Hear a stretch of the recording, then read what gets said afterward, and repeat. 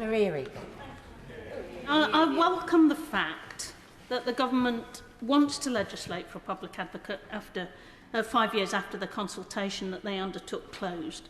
But I am very disappointed with the provisions as he set them out.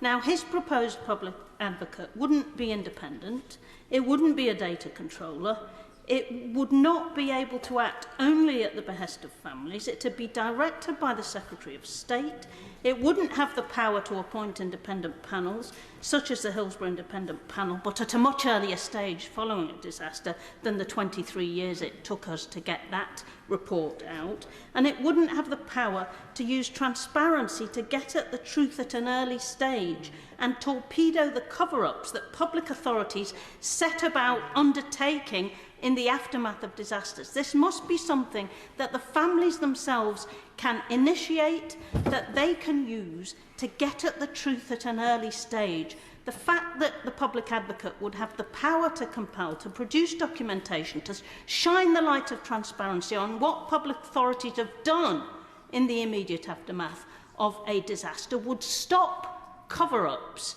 It would mean that you wouldn't have 34 years later people still having to find out and fight to get at the truth. That is the prize within our grasp if we set this up right, Madam Deputy Speaker. So does he accept that he'll be missing an opportunity, an important opportunity to stop things going wrong for families if he doesn't beef up his proposals significantly? I can tell him, for what it's worth, I'm perfectly willing to indicate to him in detail quite how they ought to be improved.